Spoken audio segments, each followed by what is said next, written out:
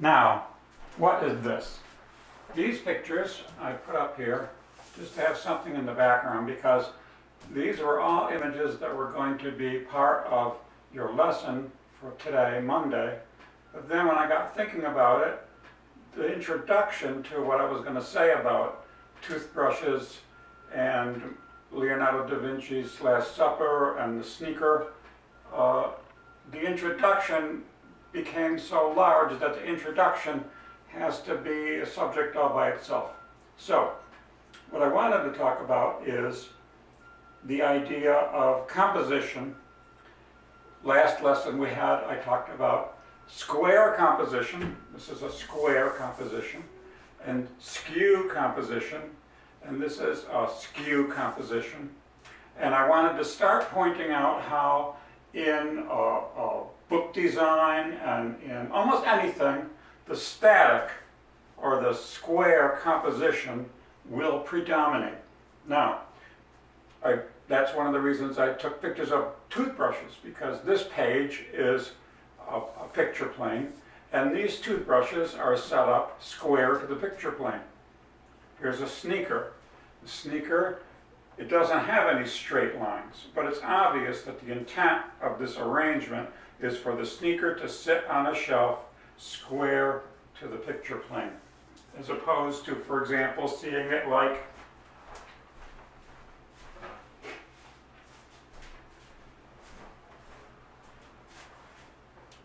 that, which would be skewed.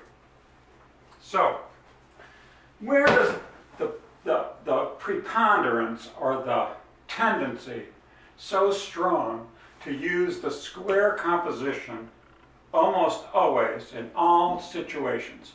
Anywhere I look, I will find it. Here's a tube of paint.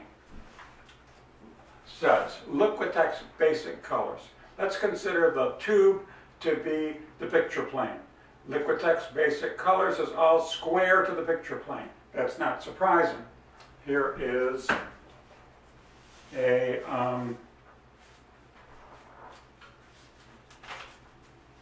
bill from the gas company. And the amount I owe is $49.67, but $49.67 is square to the picture plane, along with Spazzi Fine Art, Berkshire Gas Company, so you get the point. But things are not always square to the picture plane. And what I'm trying to say is that, what's the origin of it? I believe the origin of it is type. In other words, words on a page. So let's look at a book. Here we have a book, The Black Panthers, Portraits from an Unfinished Revolution by Brian Shin and this guy whose name I can't pronounce. Now here we have the design of the cover of a book. The Black Panthers is square to the picture plane. This picture of this guy, the background is not square to the picture plane, but obviously the arrangement of this is square to the picture plane. And if I open the book, it does not matter what this text says. Whatever, it can say anything at all. But one thing is for certain, the type will be square to the picture plane. The heading will be square to the picture plane. And I'm calling the page of the book a picture plane, as if the content is irrelevant. Of course, the content is not irrelevant. And just out of curiosity, let's see what is said here. What we have here is chapters which are like biographies of individuals who were in the Black Panther Party, which is a political party in the 60s. It's hard to say exactly. Some people said they want to overthrow the government. Well, that's not exactly true. What they wanted to do was they felt that things for them, the black community, were so bad and so wrong that they wanted to reorganize society to such a degree that people felt that it was revolutionary. So let's read a little bit of it.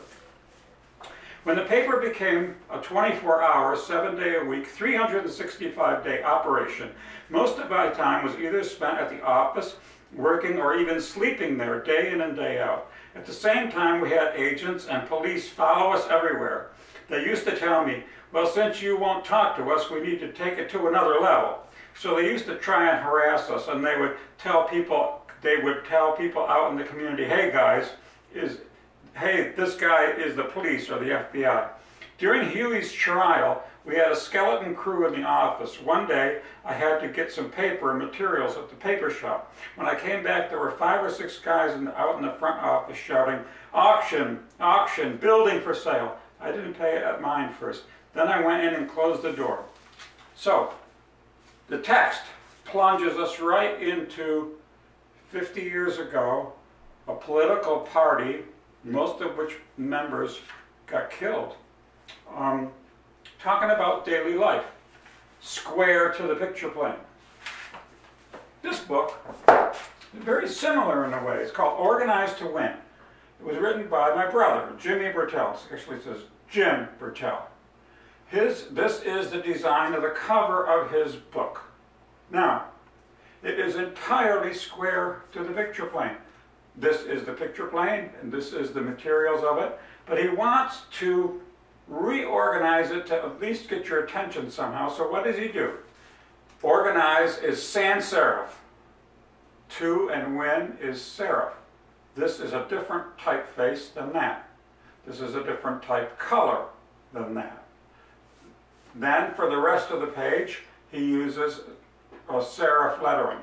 Then he wants to emphasize this paragraph. So he puts it on a black banner. But that black banner is square to the picture plane. Now, none of that, all of that is a question of design. How are things designed? How are they to look, irrespective of the content? What is the content of this book? Well, I'll give you a hint. When I showed him your Declaration of Independence, he stuck very much on one idea, and that was when you said you had the right to search for, what was it called, something or other in Lake Champlain. My brother said to me, what's that thing in Lake Champlain? I said, oh, it's a monster in Lake Champlain. So he says, a monster in Lake Champlain? There's not one. There's 4 monsters in Lake Champlain. He started to name them.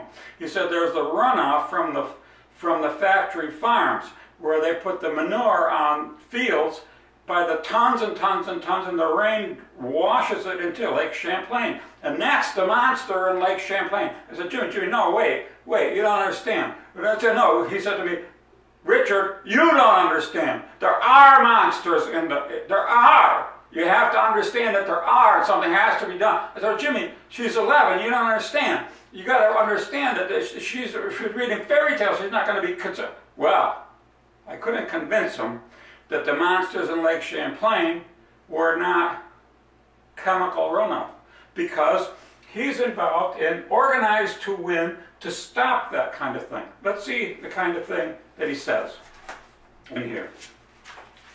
He says, but if you're discreet, you can use information without burning your source. What he means is you can talk to people and not upset them to such a degree that they shut up. That's what he means. Once I was in an agency meeting as part of a public process to classify some newly acquired state land all morning.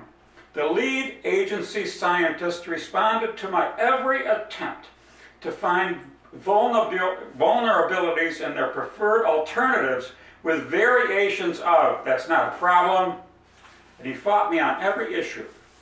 Later, when everyone else had gone to lunch, the 2 of us stayed behind. We had brought our lunches. We were alone in the meeting room with the maps and handouts between us. He said, those issues you're raising are not serious problems. I said, do you know where the serious problems are? He said, sure. I responded, will you show me them to me? He pulled the map over and pointed out the critical and fatal weaknesses in the alternatives. Turns out that they had successfully he had been successfully trying to get them to change through the agency's internal channels all along.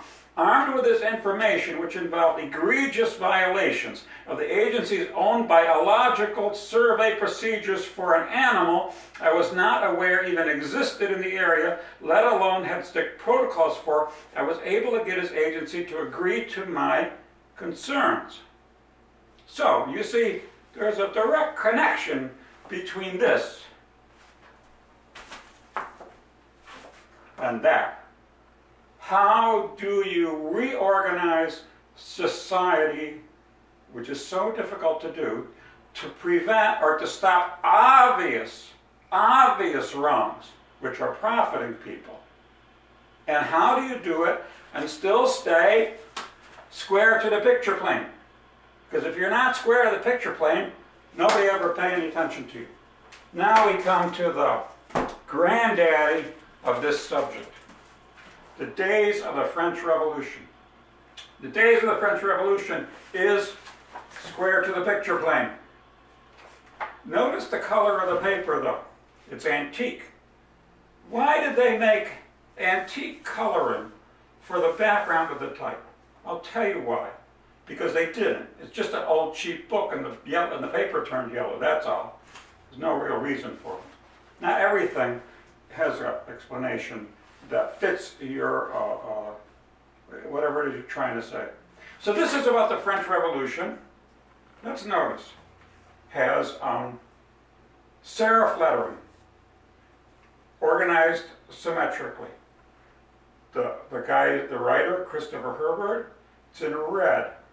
It's his name is much smaller and more obscure than the title. Why would that be? Because he's thinking, I'm imagining, he's saying, this is what is important, the revolution, and Mr. Christopher Herbert, I'm so important. This is what's really important. Here's the picture. Is the picture image square to the picture plane? Almost. The troops are square, the pavement is square, the gold line is square, the architecture of the buildings is square, but that building, which is the one that they destroyed, it's the, the Bastille that was stormed. This is a picture of the storming of the beginning of the revolution. The Bastille is not square to the picture plane. Now I'm going to enter into a bit of artistic criticism or observation in saying that the skew element of the Bastille against the static or square element of the city and the troops and the protesters represents a turning point where the history of not Western, of European civilization changed fundamentally. So this is the old regime, and this is the beginning, the twisting of the Bastille is the beginning of the new regime. Now, oldest book ever written. This is the oldest book that we know of. Met long before the Iliad and the Odyssey, in the Fertile Crescent, somebody wrote an epic of a character named Gilgamesh. They took for an image a picture of a wall sculpture done at about the time this epic was written. I think this is about 2000 or 2500 BC. Now, Penguin Classics is square to the picture plane. The Epic of Gilgamesh is also, but larger, because the epic is more important than the publisher. No author, because there is no author of this. So let's see what it says in here. Now, this is a very short book, so short that they had to make the introduction to be 58 pages, and the acknowledgments, 2 pages, and then starts the Epic of Gilgamesh, prologue. I will proclaim to the world the deeds of Gilgamesh. This was the man to whom all things were known. This was the king who knew the countries of the world. He was wise. He saw mysteries. He knew secret things. He brought us a tale of the days before the flood. He went on a long journey, was wearied, worn out with labor. Returning, he rested. He engraved on stone the whole story. Let's do another page. Gilgamesh listened to the word of his companion. He took the axe in his hand. He drew the sword from his belt. He struck Humbaba with a thrust of the sword to the neck, and Enkidu, his comrade, struck the second blow. At the third blow, Humbaba fell. Then was followed confusion, for this was the guardian of the forest, whom they had felled to the ground. For as far as 2 leagues the cedars shivered when Enkidu fell, the watcher of the forest, he to whose voice Hermon and Lebanon used to tremble. Now the mountains were moved, and all the hills for the guardians of the forest were killed,